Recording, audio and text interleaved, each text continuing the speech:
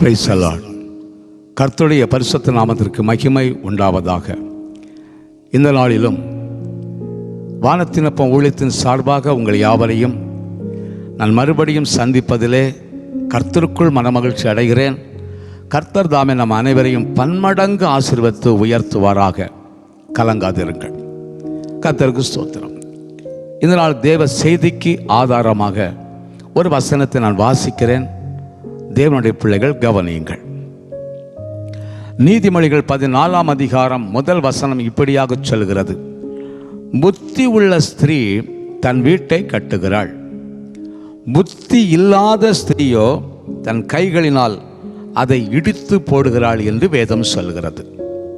அருமையான தேவச்சனமே, இங்கே ஒரு ஸ்திரீயால் 2 காரியத்தை செய்ய முடியும். ஒன்று, தன் வீட்டை கட்டவும் முடியும், அதே வீட்டை இடித்து போடவும் அவளால் முடியும். என்னை கேட்டுக்கொண்டிருக்கிற உங்கள் வாழ்க்கையில் நீங்கள் உங்களுடைய வீட்டை கட்டத்தான் செய்யணுமே தவிர எந்த காரணத்தை கொண்டும் இடித்து போடக்கூடிய அளவுக்கு நம்ம வாழ்க்கையில் இருக்கக்கூடாது. அநேக சொல்லுவாங்க, நான் வீட்டை இடித்து போடணும்னு நினைக்கிறதே கிடையாது, என் வீடு இன்னும் நல்லா வரணும், நல்லா கட்டணும்னு தான் நான் நினைப்பேன் அப்படிம்பாங்க. ஆனால் நம்மை அறியாமலே நம்முடைய வீட்டை இடிச்சுக்கிட்டே வாராங்கிறது நமக்கு தெரியாது. கர்த்தருக்கு ஸ்தோத்திரம். இன்றைக்கு அநேகருக்கு தெரியாது. ஆனால் நல்லா ஜெபம் பண்ணுவாங்க, நல்லா துதிப்பாங்க, நல்லா பாடுவாங்க. ஆனால் அவங்க தான் அவங்க வீட்டை இடிச்சுக்கிட்டே வாராங்கன்னு அவங்களுக்கே தெரியாது. கர்த்தருக்கு ஸ்தோத்திரம். ஏனென்றால் இங்கே வீடுன்னு சொல்லும்போது உலக பிரகாரமும் ஒரு வீடு இருக்கிறது நமக்கு. ஆவிக்குரிய பிரகாரமாக நீங்கள் தான் அந்த தேவனுக்கு வீடாக இருக்கிறீர்கள். அப்படியானால் அந்த உலக பிரகாரம் வீடும் நல்லா இருக்கணும், இந்த ஆவிக்குரிய பிரகாரமாக இந்த சரீரமாகிய வீடும் நல்லா இருக்கணும். கர்த்தருக்கு ஸ்தோத்திரம். இன்னைக்கு அநேக வீடுகள் வெளி தோற்றத்துக்கு நல்ல அழகா இருக்கும், பாருங்க, நல்ல அழகா இருக்கும். ஆனால் உள்ளாடி போயிட்டீங்கன்னா அந்த ஃப்ரெண்டு ஹால் மாத்திரம் நீட்டாக இருக்கும். சோபாலாம் போட்டு எடுத்து நீட்டாக வச்சிருப்பேன். 4 பேர் வந்தால் உட்காரணும்ல, அப்படி யாரும் தப்பாக சொல்லிடக்கூடாதுங்கிறதுக்காக நீட்டாக வச்சுருப்பாங்க. ஆனால் உள்ளாடி உள்ள ரூமெல்லாம் போயிட்டோம்னு சொன்னால் சில இடங்கள்லாம் ரொம்ப அலங்கோலமாக தான் இருக்கும். அதே நேரத்தில் இந்த கிச்சன் ஒன்று இருக்குது பாருங்க, அங்கே போயிட்டா சில வீடுகள்லாம் எதுக்கு தான் அந்த கிச்சனை வச்சுருக்காங்கன்னே தெரியல, அந்த அளவுக்கு அலங்கோலமாக இருக்கும். அப்படியானால் நம்ம புரிஞ்சுக்கிடலாம், அந்த வீட்டில் உள்ள ஸ்திரீயானவள், அதாவது வீட்டு தலைவியானவள் அந்த வீட்டை எந்த அளவுக்கு சுத்தமாக வச்சிருக்கிறா அப்படிங்கிறத நம்ம புரிஞ்சுக்கிடலாம். கர்த்தருக்கு ஸ்தோத்திரம். ஒரு தேவனுடைய பிள்ளையாக இருந்தால், ஒரு புத்தி உள்ள ஸ்திரீயாக இருந்தால் அந்த வீட்டை அவள் சுத்தமாக தான் வச்சிருப்பாள். எந்த ரூம்லையும், ஃப்ரெண்டு ஹால் மட்டுமில்லை, உள்ளாடி உள்ள ரூம்லையும், கிச்சன் எதுவானாலும் சரி, எல்லா இடமும் அவள் சுத்தமாகத்தான் வச்சிருப்பாள். அவள் யாருன்னா புத்தி உள்ள ஸ்திரீ. கர்த்தருக்கு ஸ்தோத்திரம். அதே நேரத்தில் இன்றைக்கு அநேகர் பாருங்க, வெளியே போகும்போதோ, ஒரு ஃபங்க்ஷனுக்கு போகும்போதோ, ஒரு கல்யாண வீட்டுக்கு போகும்போதோ நீட்டாக தலையெல்லாம் சீவி எடுத்து மேக்கப்லாம் பண்ணி, அதே நேரத்தில் நல்ல பட்டெல்லாம் உடுத்து நிறைய நகை நட்டெல்லாம் போட்டு எடுத்து பந்தாவா போவாங்க. அது இன்னொரு சகோதரி பார்க்கும்போது ஒரு ஏக்கம் வரும். என்ன ஏக்கம் வரும்? என்ன அழகா போறா, அவளுக்கு வந்த புருஷன் நல்ல புருஷன், நானும் கட்டி இருக்கிறேனே இவனை நானும் கல்யாணம் பண்ணிட்டு என்னத்தை கண்டேன்? ஒரு நகை உண்டா, ஒரு நட்டு உண்டா, ஒரு பட்டு உண்டா? கேட்டு கேட்டு சண்டை தான் வருது, வேதனை மேல வேதனை தான் வருதுன்னு சொல்லிக்கிட்டே அடுத்த நேரம் போய் ஜெபம், ஸ்தோத்திரம் ஆண்டவரே இறங்கும்னு. அப்போ வெளி தோற்றம் எப்படி இருக்குன்னா நல்லா தான் இருக்குது, அந்த உள் தோற்றத்தை கர்த்தர் பார்த்துக்கிட்டே இருக்கிறார். இப்போ அந்த சகோதரி 10 பேர் சேர்ந்து ஜெபம் பண்ணுவோம் பாருங்க, வாங்க சிஸ்டர், வாங்க சிஸ்டர், வாங்க சிஸ்டர் சொல்லி 10 பேர் இருந்து ஜெபம் நடக்கும். அந்த ஜெபம் உலகத்துக்காக, ஊருக்காக, தேசத்துக்காக, அங்கே அழிகிற ஆத்துமாக்களுக்காக இங்கே பயங்கர ஜெபம் நடக்கும். பயங்கர ஜெபம் பண்ணி முடிச்ச உடனே 1 மணி நேரம் நல்ல ஜெபம் நடக்கும். ஆனால் 2 மணி நேரம் அதுக்கு பிறகு பேசுவாங்க பாருங்க, இருந்து 2 மணி நேரம் பேசுவாங்க. என்ன பேசுவாங்க? அவ இப்படி, இவ இப்படி, அவன் இப்படி, இவன் இப்படி, அந்த வீட்டுக்காரன் இப்படி, இந்த வீட்டுக்காரன் அப்படி, நம்ம சபையில் அவ இருக்காளே, அவ மோசமானவளாக்கும். அது மாத்திரம் இல்லக்கா, நம்ம இப்போ 9 பேர் தானே கூடி ஜெபம் பண்ணோம். ஆமா, ஒருத்தி வந்தா பத்தியா, பச்சை சாரி உடுத்துட்டு ஒருத்தி வந்தால ரொம்ப மோசமானவளாக்கும். அவ்வளோதான் நம்ம ரொம்ப கவனமாக இருக்கணும். நம்ம மாதர் சங்கத்துக்கு நம்ம பெண்கள் சங்க தலைவியாக இருக்கிற எனக்கு தான் அந்த தெரியும். அவளை பற்றி நல்லா கவனிச்சிடுங்க. பெண்கள் சங்கத்தில் இருக்க எனக்கு தான் அவளை பற்றி நல்லா தெரியும். அவள் ரொம்ப மோசமானவளாகும். 100 ரூபா நமக்கு கூட தந்துட்டான்னு சொல்லிட்டு அவங்க கூட சேர்ந்து நம்ம ஜாலரை அடிச்சிடக்கூடாது. கவனமாக இருக்கணும். இதை 2 மணி நேரம் பேசுவோம், 1 மணி நேரம் ஜெபம். அருமையான தேவஜனமே, இதை யார் பார்த்துட்டு இருக்கிறான்னா தேவன் பார்த்துட்டு இருக்கிறார். 2 மணி நேரம் அடுத்தவளை கெடுத்து பேசுது, அடுத்த குடும்பத்தை கெடுத்து பேசுது, அடுத்த சபையை கெடுத்து பேசுது, அடுத்த ஊழியக்காரனை குறித்து பேசுறது, அந்த ஊழியக்காரி குறித்து பேசுறது, அவளை குறித்து இவளை குறித்து பேசுறது, அங்கே கூடி இருந்து இருக்கிறவளை குறித்து அந்த நேரத்தில் பேச மாட்டோம். வெளியே எல்லாரும் போன சோத்திரங்கா சோத்திரங்கா சோத்திரங்கன்னு சொல்லி எல்லாரும் அனுப்பிட்டு வெளியே அண்ணா போறா பாரு, வெளியே போன பிறகு அண்ணா போறா பாரு, விளங்காதவா அவளும் இந்த கூட்டத்தை வந்து சேர்ந்துட்டாளே, இவ இருக்க மாட்டான்லாம் நான் நினச்சிட்டு வந்தேன் பேசுவாங்க. பார்த்தீங்களா? அப்படின்னா என்ன ரகசியம்? நீங்கள் எத்தனை பேர் கூடியிருந்து ஜெபம் பண்ணீங்களோ அத்தனை பேரும் உங்களை அறியாமல் உங்கள் கைகளை கொண்டு உங்கள் வீட்டை நீங்களே இடித்து போடுறீங்க. அப்புறம் நம்ம ஜெபம் பண்ணதுக்கு பதிலே வரல. எப்படி வரும்? எப்படி வரும்? ஏன்னா தேவன் ஒருவர் பார்த்துக்கிட்டே இருக்கிறார். அவர் சொல்கிறார், உன் கண்ணிலே நீ உத்தரத்தை வைத்து விட்டு பிறருடைய கண்ணில் இருக்க துரும்ப எதுக்கு நீ பார்த்துட்டு இருக்கிற? எதுக்கு நீ 1008 குறை சொல்ற அவளை குறித்து? எதுக்கு நீ அடுத்தவனை பார்த்து வாழ்ந்துட்டு இருக்கிற? உன் வீட்டை நீ சரி பண்ணு. உன் வீட்டில் இருக்க தவற பாரு. உன் வீட்டில் என்ன குறைகள் இருக்குன்னு பாரு. உன் வீட்டில் என்னென்ன தவறுகள் அதை சரி பண்ணு. நான் உன்னை ஆசீர்வச்சிருவேனேங்கிறார். கர்த்தருக்கு ஸ்தோத்திரம். இன்னும் வேதம் சொல்லுகிறது, நீ உலகம் முழுவதையும் ஆதாயப்படுத்தினாலும் உன்னுடைய ஆத்மா நஷ்டம் அடைகிறத குறித்து உனக்கு ஒரு அக்கறையே இல்லையே, உனக்கு ஒரு கவலையே இல்லையே. கர்த்தருக்கு ஸ்தோத்திரம். உலகத்துக்கு அந்த ஜெபம் இந்த ஜெபம், அங்க அந்த தேசத்துக்காக ஜெபம் இந்த தேசத்துக்காக ஜெபம். எதுக்கு? கூடி கூடி ஜெபம். ஜெபம் பண்ணுவது நல்லது, ஜெபம் வேணும். ஆனால் ஜெபம் முடிந்த பிற்பாடு என்ன நடக்குங்கிறத தான் தேவ பிள்ளைகள் புரிந்துக்கிடணும். இன்னைக்கு அநேகர் பாருங்க, உலகம் முழுவதையும் ஆதாயப்படுத்துவாங்க, ஆனால் அவன் குடும்பம் இடிஞ்சு விழுகிறது அவனுக்கே தெரியல. கர்த்தருக்கு ஸ்தோத்திரம். அதனால தான் ஆண்டவர் சொன்னார், உலகம் முழுவதை நீ ஆதாயப்படுத்தினாலும் உன்னுடைய ஆத்துமா நஷ்டம் அடைகிறதே, அதை குறித்து உனக்கு ஒரு அக்கறை இல்லை. உன் வீட்டில் எப்படி இருக்கிறாங்க, உன் பிள்ளைகள் எப்படி இருக்கிறாங்க, உன் கணவர் எப்படி இருக்கிறார், உன் மாமியார் எப்படி இருக்கிறா, மாமனார் எப்படி இருக்கா, உங்க தாய் தகப்பன் எப்படி இருக்கிறாங்க, அவங்களுக்காக அதிகமாக செவி. அவங்கெல்லாம் இன்னைக்கு ரட்சிக்கப்படாம அபிஷேகம் பண்ணப்படாம ஞானஸ்தானம் எடுக்காம இருக்கிறாங்கன்னா காரணம் யாருன்னு நீ தான். ஏன்னா நீ இடிச்சலாம் போட்டிருக்கிற. நீ ஒவ்வொரு நாளும் ஜோமணி இடிக்கலாம் செய்யற. அப்படி இடிச்சுக்கிட்டு நீ ஜோமணி என்ன பிரயோஜனம்? அப்ப அடுத்தவங்களை பார்த்து வாழுகிற பழக்கம் இன்னைக்கு அநேகருக்கு இருக்கு பாருங்க. இன்னைக்கு ஜெபம் பண்ணக்கூடியதான் லேடிஸ் எல்லாம் சேர்ந்துட்டு ஒரு காரியத்தை பேசுவாங்க பாருங்க. பார்த்தேலக்கா, அவள் வந்து போன மாதம்தான் ஒரு நெக்லஸ் எடுத்திருந்தா, இன்னைக்கு பார்த்தீங்கன்னா ஒரு ஒட்டியானமும் எடுத்திருக்கிறா. இவளுக்கு எப்படித்தான் இவளுக்கு பணம் வருதோ தெரியல. அவள் உடுத்திருந்த சாரியை பார்த்தீங்களா, 5000 ரூபா. அதில் அவள் சொல்வா, அவளை விட இன்னொருத்தி கிட்டிருந்தா பாரு, ஜெப கூட்டத்தில் வந்தவா 8500 ரூபா கிட்டிருந்தால. இவன் மாப்பிள்ளலாம் எப்படி அங்கே சம்பாதிக்கான்? பயங்கர வருமானம் வருது. எங்கள் வீட்டுக்காரனும் இருக்கிறானே விளங்காதவன்.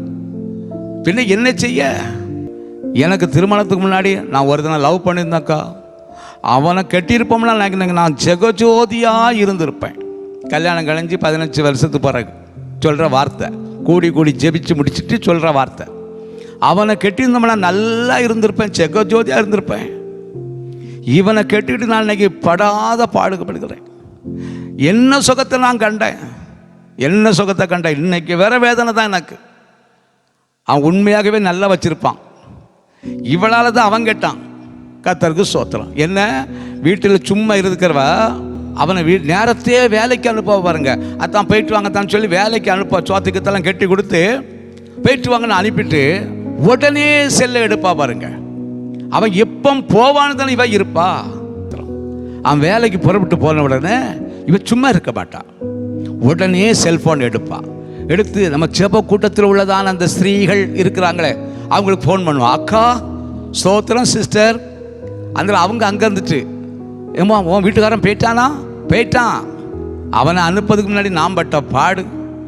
போயிட்டாங்க. அப்புறம் எப்படி இருக்கிறீங்க என்னன்னு சொல்லிட்டு அடுத்த ரவுண்டு ஒரு உலக கதை வரும் பாருங்க. அடுத்த ரவுண்டு அந்த கதை இந்த கதை, அவளை கெடுத்து இவளை கெடுத்து எல்லாம் அவனை வேலைக்கு அனுப்பிட்டு இங்கே கேட்டால் நான் என்னத்தை கண்டேன் அப்படின்னு சொல்லுவாங்க பாருங்க. இது என்ன அனுபவம் தெரியுமா? நீ உன் வீட்டை நீயே கெடுக்கிறன்னு அர்த்தம். உன் புருஷனுடைய சம்பாத்தியத்தை நீயே கெடுக்கிறன்னு அர்த்தம். அது மட்டுமா, வீட்டுக்குள்ளே இருந்துக்கிட்டே அந்த ஆன்லைன்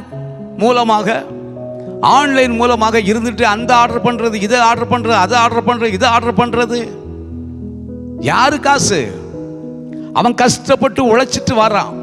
அந்த காசை இங்கே வீட்டுக்குள்ளே இருந்துகிட்டே செல்ஃபோன் மூலமாகவே ஆர்டர் பண்ணி அந்த துணியை கொண்டு வாங்க, இந்த துணிக்கு ஆர்டர் பண்ணுறது, இங்கே ஆர்டர் பண்ணது, அந்த கூடைக்கு ஆர்டர் பண்ணது, அந்த பக்கெட்டுக்கு ஆர்டர் பண்ணுறது. வீட்டுக்குள்ளே இருந்துட்டே குடும்பம் விளங்கும் இல்லை. கர்த்தருக்கு ஸ்தோத்திரம். எப்படியாக இவ புத்தி உள்ள ஸ்திரியா இருப்பா? புத்தி உள்ள ஸ்திரின்னு சொன்னால் தன் புருஷனுடைய வருமானம் என்ன, அவனுடைய வேலை என்ன, அவனுடைய வருமானம் என்ன, அதை அனுசரிச்சு அவ வாழ்வா. அவள புத்தி உள்ள ஸ்திரியே. கர்த்தருக்கு ஸ்தோத்திரம். இன்னைக்கு கணவனுக்கு தெரியாமலே சில காரியங்களை செய்வாங்க பாருங்க. அவனுக்கு தெரிஞ்சா நம்மளை வெட்டியே கொண்டு வருவான், செய்யக்கூடாது, அவனுக்கு தெரியக்கூடாது. கர்த்தருக்கு ஸ்தோத்திரம். அப்போ ஒரு புத்தி உள்ள ஸ்திரியா இருந்தால் தன் கணவனுடைய வருமானம் என்ன, அவனுடைய சூழ்நிலை என்ன, நம்ம குடும்ப சூழ்நிலை என்ன, இதை அனுசரித்து செய்கிறவள் தான் புத்தி உள்ள ஸ்திரீ. அது இல்லாமல் அவன் எப்படியோ சம்பாதிச்சு வாரான், எப்படியோ வருது. அந்த அக்கா நல்லா ஒருத்தருக்குறாங்கல்ல, அந்த அக்கா ஸ்கூட்டி வாங்கியிருக்கிறாங்கல்ல, அந்த அக்கா வீடு போட்டிருக்காங்கல்ல, அப்போ நம்மளும் அதே போல் வீடை போடணும், அதே போல் வண்டியை வாங்கணும், அதே போல் ஸ்கூட்டி எடுக்கணும்னு சொன்னால் ஒன்றில் இவனை அடகு வைக்கணும், இல்லைன்னா நம்ம லோன் எடுக்கணும். கர்த்தருக்கு ஸ்தோத்திரம். அது இல்லைன்னு சொல்லிச்சுன்னா ஒன்றில் இவனை அடகு வைக்கணும், இல்லைன்னா இவன்கிட்ட இருந்து கடத்தை வாங்கணும். அப்படியே லோன் எடுத்து கடத்தை வாங்கி வீட்டில் இருந்தே கடன் வாங்கி குடும்பத்தை இடிச்சுக்கிட்டே இருக்கிறான்னு அர்த்தம். கர்த்தருக்கு ஸ்தோத்திரம். அவளை அடுத்தவங்களை பார்த்து வாழ்ந்து எத்தனையோ குடும்பங்கள் கடனை வாங்கி கடனை தீர்க்க முடியாதபடிக்கு அவள் தன் வாழ்க்கையை அப்படியே அழிச்சிடறா. அவள் யாருன்னா புத்தி கெட்டவா. புத்தி உள்ள ஸ்திரீயா இருந்தால் இருக்கிற வருமானத்திலே தன் குடும்பத்தை நடத்த பார்க்கிறவள் தான் புத்தி உள்ள ஸ்திரீ. அதனால்தான் என் வேதம் தெளிவாக சொல்கிறது, நீ எதை சம்பாதிக்கிறியோ இல்லையோ புத்தியை சம்பாதித்துக்கொள், புத்தியோடு நடந்து கொள். எங்க போனாலும் வந்தாலும் புத்திமானால் நடந்து கொள். அவ புத்தி உள்ள ஸ்திரீ, அவள் தன் வீட்டை கட்டுவாள். இன்றைக்கு தன்னுடைய வீட்டை முதலாவது பார்க்கணும். கர்த்தருக்கு ஸ்தோத்திரம். நான் எப்படி இருக்கிறேன், என் புருஷன் எப்படி இருக்கிறார், என் பிள்ளைகள் எப்படி இருக்கிறாங்க, இவங்க ரட்சிக்கப்படணுமே, இவங்களும் தேவ ராஜ்யத்துக்கு வரணுமே, நான் மட்டும் ரட்சிக்கப்பட்டால் போதாதே அப்படிங்கிற ஒரு வாஞ்சை தாகம் உள்ளவர்களாக இருந்தால் என்ன செய்யணும்? புருஷனை வேலைக்கு அனுப்பி விட்டுட்டு அவன் வேலைக்கு போனதுக்கு பிற்பாடு வீட்டில் இருந்து அந்த ஸ்திரீயானவள் தன் புருஷனுக்காக பிள்ளைகளுக்காக அவள் ஒரு அரை மணி நேரமாவது போராடி செபிக்கிறவளாக இருக்கணும். ஆண்டவரே, என் கணவர் வேலைக்கு போயிருக்கிறார், அவருக்கு எந்த ஆபத்து வந்துடக்கூடாது, போக்கில் வரத்தில் காத்துக்கணும், வேலையை ஆசீர்வதித்து கொடுக்கணும், வருமானத்தை எங்களுக்கு ஆசீர்வதித்தாங்க, என் பிள்ளைகள் ஸ்கூலுக்கு போயிருக்கிறாங்க, பிள்ளைகளோட வாழ்க்கை நல்லா இருக்கணும், படிப்பு நல்லா இருக்கணும் அப்படின்னு சொல்லி வீட்டில் இருக்கிற அந்த ஸ்திரீயானவள் செபிக்கிறவளாக இருப்பாளே, ஆனால் அந்த புருஷனுக்கு இந்த ஆபத்து வராது, பிள்ளைகளுக்கு படிப்பு ஆசீர்வாதமாக இருக்கும், அவன் திருந்ததுக்கும் வாய்ப்புகள் உண்டு. கர்த்தருக்கு ஸ்தோத்திரம். அவள் யாருன்னா புத்தி உள்ள ஸ்திரீ. இன்னைக்கு அநேகர் அப்படி இல்லைல்ல, எப்போம்டா இவன் போன உடனே டக்குன்னு செல்ஃபோன் எடுத்து பேசிட்டு இருக்க பார்த்தீங்களா?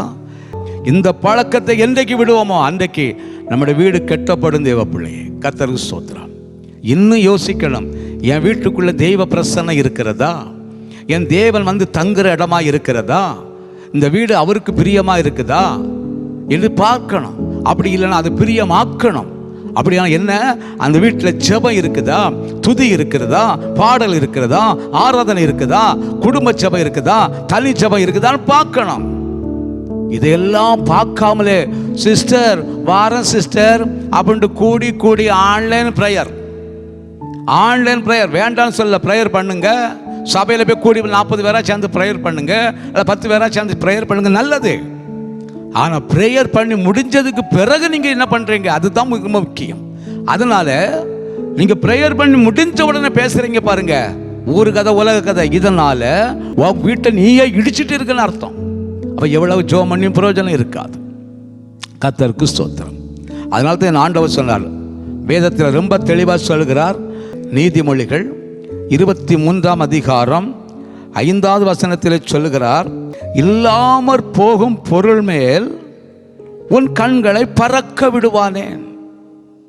கர்த்தருக்கு ஸ்தோத்திரம். இன்னைக்கு அநேக தேவ பிள்ளைகள் என்ன நல்லா ஜெபிக்கிறவங்க தான், தன் வீட்டை கட்டணும்னு ஆசைப்பட்டவங்க தான். ஆனால் என்ன செய்கிறாங்களா, இல்லாமற் போகும் அழிந்து போகிற பொருட்கள் மேலே நம்முடைய கண்களை பறக்க விடுகிறோமா. இன்றைக்கு வேதம் சொல்லுகிறது, உன் கண்களை அங்கே இங்கே பறக்க விட்டுறாத, அங்கே இங்கே பறக்க விட்டுறாத. எல்லாம் அழிந்து போகிற காரியங்கள், அதுக்கு மேலே ஆசை வச்சிடாத, அதுக்கு மேலே உன் எண்ணத்தை வச்சிடாத, அதுக்கு மேலே உன் வாஞ்சியை வச்சிடாத, அதுக்கு மேலே நீ பறக்க விட்டுறாதங்கிறார். நீ நம்ம பறக்க விடுறோம்ல, நீ ஆவிக்குரிய பிள்ளை என்பதை மறந்துடாத, நீ அபிஷேகம் பண்ணப்பட்ட பிள்ளை என்பதை மறந்துடாத, நீ அந்நிய பாஷை பெற்றவர்கள் மறந்துடாத, நீ அடுத்தவங்களை போல வாழணும்னு ஆசைப்படாத. என் தேவாதி தேவன் உன்னை குறித்து வைத்திருக்கிற திட்டம் என்ன, உன் பிள்ளையை குறித்து வைத்திருக்கிற திட்டம் என்ன, உன் கணவனை குறித்து வைத்திருக்கிற திட்டம் என்ன. கடன் வாங்கி தான் வாழணும்னு சொல்லிட்டு மற்றவங்க வாழ்கிறது போல் நீ வாழாத. கடன் வாங்கி வீட்டை கட்டிருக்கலாம், கடன் வாங்கி நகை லெட்டர் எடுத்திருக்கலாம், கடன் வாங்கி ஒரு கார் வாங்கியிருப்பாங்க. அதே போல் நம்ம வாழணும்னு நினைக்காதீங்க. புத்தி உள்ள ஸ்திரீ அப்படி வாழ மாட்டாள். புத்தி உள்ள ஸ்திரீ அதை எதிர்பார்க்க மாட்டாள். இருக்கிற வருமானத்தில் எப்படி நம்ம குடும்பத்தை நடத்த வேண்டும் என்று நினைக்கிறவள் தான் புத்தி உள்ள ஸ்திரீயானவள். என்னை கேட்டுக்கொண்டு தேவ பிள்ளையே, கர்த்தருக்கு ஸ்தோத்திரம். நீங்கள் புத்திமானாய் நடந்து கொள்ளுங்கள். வேதம் சொல்கிறது, நீ எங்க போனாலும் வந்தாலும் இருந்தாலும் நடந்தாலும் நீ புத்திமானாய் நடந்து கொள்ள வேண்டும் என்று சொல்லுகிறார். ஏனென்றால் புத்தி கெட்டத்தனமாக நடந்துக்கிட்டு நீ ஜெபம் பண்ணி பிரயோஜனம் கிடையாது. புத்திமானாய் நடந்து நீ ஜெபம் பண்ணுவாயானால் உன் ஜெபத்துக்கு பதில் வரும். கர்த்தருக்கு மகிமை உண்டாவதாக. கர்த்தருக்கு ஸ்தோத்திரம். அதே நேரத்தில் இன்றைக்கு அநேகர் எப்படி தெரியுமா, நல்லா ஜெபிப்பாங்க. அவங்க என்ன நினச்சிட்டு இருக்காங்கன்னா, நான் புத்திமானாக தான் நடந்துக்கிட்டே இருக்கிறேன்னு நினச்சிக்கிட்டே தன் கையினாலேயே தன் வீட்டை இடிச்சுக்கிட்டே இருப்பாங்க. அது அவங்களுக்கே புரியாது. கர்த்தருக்கு ஸ்தோத்திரம். அது அவங்களுக்கே என்ன செய்யாது, புரியாது. ஆகினால்தான் நம்ம தான் புத்திமானாக நடந்துக்கிடணும். கர்த்தருக்கு ஸ்தோத்திரம். எனக்கு தெரிந்த ஒரு நல்ல சகோதரியானவள் நல்ல ஜெபம் பண்ணுவாள், நல்ல துதிப்பா, நல்லா ஆராதிப்பா. 13 வருஷமாக அவருடைய புருஷனுக்காக அவள் ஜெபம் பண்ணிக்கிட்டே இருக்கிறாள். அவள் புருஷன் எப்படிப்பட்டவன்னா, நல்லா தண்ணி அடிப்பார், நல்ல சிகரெட்டு குடிப்பார், நல்ல வெத்தலை போடுவார், தேவனை தேட மாட்டார், சபைக்கும் போக மாட்டார். அப்படிப்பட்ட ஒரு மனுஷன். அவளுக்கு 2 குழந்தைகள் வேற இருக்கிறது. ஆனால் இந்த சகோதரி அவனுக்காகத்தான் இரவும் பகலும் ஜெபம் பண்ணிகிட்டே இருக்கிறா. எல்லா கூட்டத்துக்கும் போவா, எங்கெல்லாம் போனோமோ அங்கெல்லாம் போய் ஜெபம் பண்ணுவா. நல்ல ஒரு சகோதரி தான். ஒரு நாள் பாருங்க, தினகரன் ஐயாவுடைய கன்வென்ஷன் நடந்தது. அப்போ கன்வென்ஷனுக்கு இவ புறப்பட்டு போறதுக்கு நிற்கிறான். அப்படி நிற்கும் பொழுது வீட்டில் சொல்கிறா, அந்த புருஷனோட சொல்கிறா, நான் இப்படி கன்வென்ஷனுக்கு போகிறேன், இன்றைக்கி தினகரன் அவங்களுடைய கன்வென்ஷன் ஆக்கும், நான் சாப்பாடெலாம் ஆக்கி வச்சுட்டேன், பிள்ளைகள் வருவாங்க, பிள்ளைகளுக்கு சாப்பாடெலாம் கொடுத்து நீங்கள் இருந்துக்கிடுங்க, நான் போயிட்டு வாரேன், சரியா அப்படிங்கிறான். அப்போ அவன் சொல்கிறான், நானும் அந்த கன்வென்ஷனுக்கு வாரேனே, நானும் அந்த கன்வென்ஷன் வரேன், எனக்கு அந்த தினகரனை குறித்து நான் கேள்விப்பட்டிருக்கிறேன், அந்த ஐயாவை நான் பார்த்தது கிடையாது, அந்த கூட்டத்துக்கு நான் கலந்து கொண்டதே கிடையாது, நானும் வாரேனேங்கிறான். இவ 13 வருஷமாக அவனுக்காக தான் ஜெபம் பண்ணிட்டு இருக்கிறான், ரட்சிக்கப்படணுமேன்னு. இப்போ அவன் சொல்கிறான், நானும் வாரேங்கிறான். என்ன செய்யணும்? சரி வாங்க போவோங்கணும். இவ டக்குன்னு சொல்லிட்டா, நீங்கள் வரமாட்டீங்க, நீங்கள் வரவே மாட்டீங்க, நீங்கள் வர மாட்டீங்க, வருவேன்னு சொல்லுவீங்க, கடைசியில் வர மாட்டீங்க, கடைசிக்கு என்னையும் போக விட மாட்டீங்க, நீங்களும் வர மாட்டீங்க.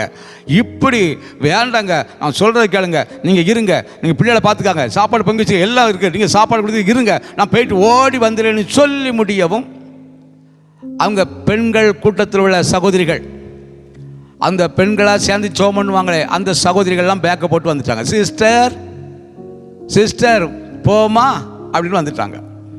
அவளை பார்த்த உடனே பாருங்க எங்கள் கூட உள்ள ஃப்ரெண்ட்ஸ் எல்லாம் வந்தாச்சு, எங்கள் ஜெப வீராங்கனைகள் எல்லாம் வந்தாச்சு, நாங்கள் போயிட்டு வரேன், நீங்கள் இருந்துக்காங்கங்கிற. அப்போ அவன் சொன்னான், நான் இப்பவும் சொல்கிறேன், சரி அவங்க போனால் போட்டோம், நம்ம பைக் எடுத்துகிட்டு நம்ம 4 பேரும் பிள்ளைகள் வந்த உடனே சேர்ந்து போயிட்டு வந்துடுவோமே அப்படின்னா. நீங்கள் வர மாட்டீங்க, எங்கள் சிஸ்டர் எல்லாம் வந்தாச்சு, எங்கள் அக்காமாரெல்லாம் வந்தாச்சு, அவங்க எல்லோரும் வந்தாச்சு, நாங்கள் எல்லாம் சேர்ந்தே வந்துடும் அத்தான். சரி, அப்போ அவன் சொன்னால் போயிட்டு வந்துட்டான். உடனே பேக்கை தூக்கி போட்டுட்டு வாங்க சிஸ்டர், போவோம் சிஸ்டர்னு சொல்லிட்டு அப்படியே போயிட்டா பாருங்க. சந்தோஷம் போகலாம். இவன் என்னச்சு தான் பிள்ளைகளுக்கு சாப்பாடு கொடுத்தான், அப்படியே அவள் வாரது வரை வெளியே ஈஸி சேர் போட்டு அப்படியே சிகரெட்டு குடிச்சிக்கிட்டே இருக்கிறான். இவன் அங்கேருந்து வாரான், கூட்டம் முடிஞ்சு வந்தவன சும்மா தானே வரணும், வந்து நடையில் ஏறதுக்கு முன்னாடி அப்பப்பா என்ன கூட்டம், மண்ணு போட்டால் மண்ணு விழாது, அந்த அளவுக்கு கூட்டம், பயங்கர கூட்டம். அவ்வளோ பெரிய கூட்டத்திலையும் நான் கண்ணீரோடு பாரத்தோடு அழுகையோடு உங்களுக்காகத்தான் ஜெபம் பண்ணேன். காரணம் என்ன, குடும்பமாக நிறைய பேர் வந்திருக்காங்க. எனக்கு தெரிஞ்ச சிஸ்டர்ஸ் எல்லாமே அங்கே குடும்பமாக தான் வந்திருக்காங்க. அத்தான் நான் உங்களுக்காக தான் அங்கேருந்து கண்ணீரோடு ஜெபம் பண்ணேன்னு சொல்லி முடிவும் அடித்தான் பாருங்க.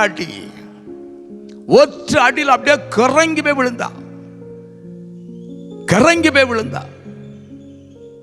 அவன் சொன்னான், நான் வாரன்னு தானே சொன்னேன், அவளோட கண்டோல நீ போயிட்ட, இனிமேல் எனக்காக போராடி ஜெபம் பண்ண கொன்ன போல வந்தேன், நாளைக்கு காலையில் ஆட்டம் உன் பாஸ்டரை கண்டு நான் பேசிக்கிட்டேன் அப்படின்ட்டான் பாருங்க. அப்போ இப்போ 13 வருஷம் ஜெபம் பண்ணியதுக்கு இவ ஒரு புத்தி உள்ள ஸ்திரியா இருந்தான்னு சொன்னால் அந்த வீட்டை கட்டணும்னு ஆசைப்படுகல்ல, அவன் ரட்சிக்கப்படணும்னு ஆசைப்படுகல்ல, அவனும் அபிஷேகம் பண்ணப்படணும், அவனும் தேவராஜ்யத்துக்கு வரணும்னு ஆசைப்படுகல்ல. நீ புத்தி உள்ளவளாக இருந்திருப்பன்னு சொன்னால் அந்த இடத்துல புத்திமானால் நீ நடந்திருக்கணும். இல்லை எல்லா சிஸ்டர்கிட்ட என்ன சொல்கிறேன், சிஸ்டர் நீங்கள் எல்லோரும் போங்க, எங்கள் வீட்டுக்காரர் இன்றைக்கி தான் வாராரு, அவரை கூட்டிகிட்டு நானும் வாரேன், நீங்கள் போங்கன்னு சொல்லியிருக்கணுமா இல்லையா? சொல்லலையே. அங்கே வந்துட்டு மண்ணு போட்டால் மண்ணு விழாதுன்னு சொன்னால் பிள்ளை நினச்சோம் கொல்லாமல் விட்டானே, அவன் கொல்லாமல் விட்டானே, அதை நினச்சி சந்தோஷப்பட வேண்டியதான். கர்த்தருக்கு ஸ்தோத்திரம். என் அன்பின் தேவச்சனமே, என்ன காரணம்? அப்போ நீ அங்கே போய் கூட்டத்துக்கு ஜெபம் பண்ணியதுக்கு, இங்கே 13 வருஷம் ஜெபம் பண்ணியதுக்கு இப்போ புரியுதா உங்களுக்கு? 13 வருஷம் ஜெபம் பண்ணியும் அவன் திருந்தாத காரணம் யாரு? அவனா? இல்லை, இவ தான் காரணம். இதுதான் ஆண்டவர் சொல்றார், நீ கூட்டத்துக்கு ஓடி ஓடி ஓடி ஓடி ஓடி போற, அந்த கூட்டம் இந்த கூட்டம் இந்த கூட்டம் அந்த கூட்டம், அந்த ஜெபம் இந்த ஜெபம் அப்படின்னு போற, உன் வீடை நீயே இடிச்சுக்கிட்டே இருக்கியே, உன் வீட்டில் என்ன நடக்குன்னு உனக்கே தெரியலையே. அப்போ நீ எந்த கூட்டத்தில் போய் ஜெபம் பண்ணி என்ன பிரயோஜனம்? எந்த கூட்டத்தில் போய் ஜெபம் பண்ணி என்ன பிரயோஜனம்? அதனால தான் ஆண்டவர் சொல்ல, நீ புத்திமானா நடந்துக்க, புத்தி உள்ள ஸ்திரியா நடந்துக்க, உன் வீட்டை நீ கட்டிடலாம். புத்தி கட்டத்தனமாக நடந்துட்டு என் வீட்டுக்காரர் ரட்சிக்கப்படலை, என் பிள்ளைகள் ரட்சிக்கப்படலை, என் வீடு இப்படி இருக்கு, என் வீடு கஷ்டம், காரணமே நீ தான். கர்த்தருக்கு ஸ்தோத்திரம். என் அன்பின் தேவச்சனமே, இந்த நாளில் கர்த்தருடைய ஆவியானவர் சொல்கிறார், புத்தி உள்ள ஸ்திரீயானவள் தன் வீட்டை கட்டுகிறாள். அடுத்த வீட்டை கட்டணும்னு ஆசைப்படாதீங்க. அடுத்த வீட்டை கட்டணும்னு ஆசைப்படுகிற நீங்கள், அந்த வீடு ரட்சிக்கப்படணும், இந்த வீடு ரட்சிக்கப்படணும், அந்த தேசம் ரட்சிக்கப்படணும், இந்த ஊருக்காரன் ரட்சிக்கப்படணும், பக்கத்து வீட்டுக்காரன் ரட்சிக்கப்படணும், அந்த இதெல்லாம் நீங்கள் ஜெபம் பண்ணுறீங்க, அந்த வீடெல்லாம் கட்டப்படணும்னு ஆசைப்படுறீங்களே, நல்லது. அதே நேரத்தில் ஆண்டவரை என் வீடும் ரட்சிக்கப்படணுமே, என் வீட்லையும் கட்டப்படாமல் இருக்கிறாங்களே, என் வீட்லையும் அபிஷேகம் இல்லாமல் இருக்கிறாங்களே, என் வீட்டுக்காரங்களை இயேசுவை ஏற்றுக்கொள்ளணுமே, இவர்களும் தேவராஜ்யத்துக்கு வரணுமேங்கிற அந்த எண்ணத்தோடு முதலாவது உன் வீட்டை நீ கட்ட பழகு. அதுக்காக பிரயாசப்படு, அதுக்காக தேவ சமத்தில் கண்ணீர் விடு, அதுக்காக நீ ஆண்டவர் சமத்தில் அழுதுகாதரு. அதுக்கு மாத்திரமல்ல, உன்னுடைய குடும்பத்தில் உன் கணவர் பிள்ளைகள் தேவராஜ்யத்துக்கு வரணுமே உனக்கு வாஞ்சை இருந்தால் அந்த பிள்ளைகள் மேலே உனக்கு ஒரு அக்கறையோடு ஜெபம் பண்ணு. கர்த்தருக்கு ஸ்தோத்திரம். இன்னைக்கு அநேக செய்கிற ஒரு காரியம் என்ன, அடுத்த வீட்டில் ரட்சிக்கப்படணுமே, இவங்க தேசம் ரட்சிக்கப்படணுமே, இந்த எண்ணம் உனக்கு வேணும். ஆனால் அதை விடவும் முக்கியம் உன் குடும்பம் ரொம்ப முக்கியம். உன் வீடு கட்டப்படணும். கர்த்தருக்கு ஸ்தோத்திரம். இன்னைக்கு அப்படிப்பட்டதான சூழ்நிலைகள் இல்லை. அதனால தான் ஆண்டவர் சொன்னார், தேவன் உன் குடும்பத்து மேலே என்ன திட்டம் வச்சு அந்த திட்டத்தை நீ உணர்ந்து அறிந்து புரிந்து ஜெபம் பண்ணு. கர்த்தர் உங்களை ஆசீர்வதித்து உயர்த்துவார். என் அன்பின் தேவச்சனமே, இந்த நாளிலும் கர்த்தருடைய வல்லமையான கரவங்கள் மேலே இறங்கி நிற்கிறதுக்காக ஸ்தோத்திரம். ஒரு புத்தி உள்ள ஸ்திரீயானவள் தன் வீட்டை கட்டுகிறாள். புத்தி இல்லாதவளோ தன்னை அறியாமலே இடிச்சுக்கிட்டே இருப்பாள். நீங்கள் எப்படி இருக்க விரும்புகிறீங்க? ஒரு புத்தி உள்ள ஸ்திரீயாக இருப்பீர்கள். ஆனால் இன்னும் வேதம் சொல்கிறது, தன் புருஷனுக்கு அவள் எல்லா விஷயத்திலும் கீழ்ப்படிந்தவளாக இருப்பாள். புத்தி உள்ள ஒரு சகோதரனாக இருந்தாள், தன் மனைவிடத்தில் அன்பாக இருப்பாள். ஒரு வீட்டுக்குள்ளே கணவனும் மனைவியும் அன்பாக இருப்பார்களே, ஆனால் அந்த வீடு கட்டப்படும். அதே நேரத்தில் அங்கே சண்டையும் சச்சரவுமாக இருந்தால் அந்த வீடு விரிசல் அடைஞ்சிக்கிட்டே வரும். அங்கே இடிக்கப்பட்டுக்கிட்டே இருக்குன்னு அர்த்தம். அந்த வீட்டில் முன்னேற்றம் இருக்காது, அந்த வீட்டில் ஆசீர்வாதம் இருக்காது, அந்த வீட்டில் சமாதானம் இருக்காது, அந்த வீட்டில் நன்மை இருக்காது, அந்த எதிர்பார்த்த காரியம் நடக்காது. காரணம் என்ன? கணவன் மனைவிக்கு இடையிலே அந்த அன்பு, ஐக்கியம், ஒற்றுமை, ஒரு மனம் இருந்தே ஆகணும். நல்ல ஜெபம் பண்ணுவாங்க, ஆனால் வீட்டுக்குள்ளே பேச்சுவார்த்தை இருக்காது. நல்ல போராடி அழுவாங்க, சபையில் போய் முன்னணியாக நிற்பாங்க, ஆனால் வீட்டுக்குள்ளே சமாதானம் இருக்காது. ஒருவருக்கு ஒருவர் பேச்சுவார்த்தை இருக்காது. ஒரு சண்டை வந்துட்டுனா 3 நாள் மூஞ்சி இழுத்துருவாங்க, 3 நாள் அப்படி திரும்பி இருந்து விடுவாங்க. இப்படி இருந்தால் அந்த வீடு என்ன ஆகும்? விரிசல் ஆயிரும். அந்த வீடு தனக்கு தானே பிரிந்து போகக்கூடிய நிலைமை ஆயிரும். அந்த வீட்டில் எப்படி ஜெபம் கேட்கப்படும்? அப்படி அந்த வீடு கட்டப்பட்ட வீடு அல்ல, கட்டப்பட்ட வீட்டை இடிக்கிற ஒரு அனுபவத்தில் தான் அந்த வீட்டுக்குள்ளே இருப்பார்கள். கர்த்தருக்கு ஸ்தோத்திரம். அது மாத்திரமா? எவ்வளவோ வருமானங்கள் வரும். வருமானத்தை எப்படி செலவு பண்ணணும்னு தெரியாமலே தாறுமாறாக செலவு பண்ணுறவங்க உண்டு, வீணான செலவு பண்ணுறவங்க உண்டு. அப்படியான வீணான செலவு பண்ணிவிட்டு நான் தேவனுக்காக அதை செய்த இதை செய்யணும்னு சொல்லிடக்கூடாது. வீணான செலவு செய்து தன் வீட்டை இடிக்கிறவர்களும் ஏராளமானவர்கள் இருக்கிறார்கள். அருமையான தேவச்சனமே, உங்கள் வீட்டை நீங்கள் கவனித்து பாருங்கள். உன்னுடைய வீட்டை நீ கவனித்து பாரு. கடைசியாக உன் வீடு எப்பவுமே சுத்தமாக இருக்க வேண்டும். உன் வீடு எப்பவுமே சுத்தமாக இருக்க வேண்டும். ஏனென்றால் அந்த வீட்டில் தேவன் உலாவ வேண்டும், தேவ பிரசன்னம் இருக்க வேண்டும், தேவ வல்லமை இருக்க வேண்டும், தேவ கிருபை, தேவ ஆளுகை இருக்க வேண்டும். ஆகினால் உன் வீடு எப்பவுமே சுத்தமாக இருக்கணும். எந்த வீடு? 2 வீடு. உலக பிரகாரமான கட்டின அந்த கட்டிடமாகிய வீடும் சுத்தமாக இருக்க வேண்டும். உன் சரீரமாகிய இந்த வீட்டிலும் சுத்தமாக வைத்திருக்க வேண்டும். அப்படி இருக்கும் பொழுதுதான் தெய்வ பிரசன்னம் இறங்கி மேலும் மேலும் நம்மளை வீட்டை கட்ட முடியுமே தவிர, மேலும் மேலும் நம்ம குடும்பத்தை ஆசீர்வதிக்க முடியுமே தவிர, வெளி தோற்றத்துக்கு நீங்கள் நல்லா ட்ரெஸ் பண்ணிட்டு இருந்தாலும் உள்ளாடி தேவனுக்கு பிரியமில்லாத எண்ணங்கள், சிந்தைகள், நடக்கைகள், முறுமுறுப்பு, அவளுக்கெடுத்து இவளுக்கெடுத்து இப்படிப்பட்டதான சிந்தைகளை வச்சுக்கிட்டு நீங்கள் ஜெபம் பண்ணுவேனால் இருக்கிற வீடு இடிஞ்சுக்கிட்டே இருக்குன்னு அர்த்தம். ஆனால் சத்துரு தந்திரமாக செய்வான். உங்களுக்கு உங்கள் வீடு இடிஞ்சு கிடக்குது, அவன் காணிக்கவே மாட்டான். உங்கள் வீட்டில் நீங்கள் நினைச்சிட்டு இருக்கீங்க நான் கட்டிக்கிட்டே இருக்கிறேன்னு. இல்லை, இப்படிப்பட்ட எண்ணங்களோடு நீங்கள் ஜெபம் பண்ணுவீரானால் அது சத்துரு உங்கள் வீட்டை இடிச்சுக்கிட்டே இருக்கிறான்னு அர்த்தம். அப்படி இனி இடிக்காதபடிக்கு உங்களை நீங்களே பாதுகாத்து கொள்ளுங்கள். கர்த்தர் உங்களை பன்மடங்கு ஆசீர்வதித்து உயர்த்துவாராக. அந்த தேவனுக்கு மகிமை உண்டாகட்டும். கண்களை மூடி செபிப்போமா? மகா இரக்கமும் கிருபையும் நிறைந்த நல்ல ஆண்டவரே, இந்த நாளிலும் கூட நல்ல ஒரு வார்த்தை எங்களுக்கு தந்ததுக்காக நன்றி. புத்தி உள்ள ஸ்திரீயானவள் தன் வீட்டை கட்டுகிறாள், புத்தி இல்லாதவளோ அது அப்படியே இடித்து போடுகிறாள் என்று சொல்லி பார்க்கிறோம். ஆண்டவரே, இந்த நாளிலும் இந்த வேத வசனத்தை கொண்டு பேசினதுக்காக நன்றி. கேட்ட ஒவ்வொரு ஜனத்தையும் நீர் ஆசீர்வதிப்பீராக. அவங்க வாழ்க்கையில் ஒரு மாற்றம் வரட்டும். இனி உள்ள காரியங்களிலாவது புத்தி உள்ள ஸ்திரீயாக நடந்து கொண்டு தேவராஜ்யத்துக்கு தன்னை ஆயத்தப்படுத்தவும் மற்றவர்களையும் ஆயத்தப்படுத்தவங்கள் கிருபை செய்வீராக. அங்கே வீடு எப்பொழுதுமே கட்டப்பட்ட வீடாக இருக்கட்டும். அங்கே இடிக்காதபடி கர்த்தர் பாதுகாத்து கொள்ளும்படியாக ஜெபிக்கிறோம். தடைகள் எடுத்து போடும் காரியங்களை ஜெயமாக்கித்தாரும் இயேசுவின் நாமத்தில் பிதாவே, ஆமென். கலங்கா தேவ பிள்ளையே, கர்த்தர் உங்களை ஆசீர்வதிப்பார். ஆமென்.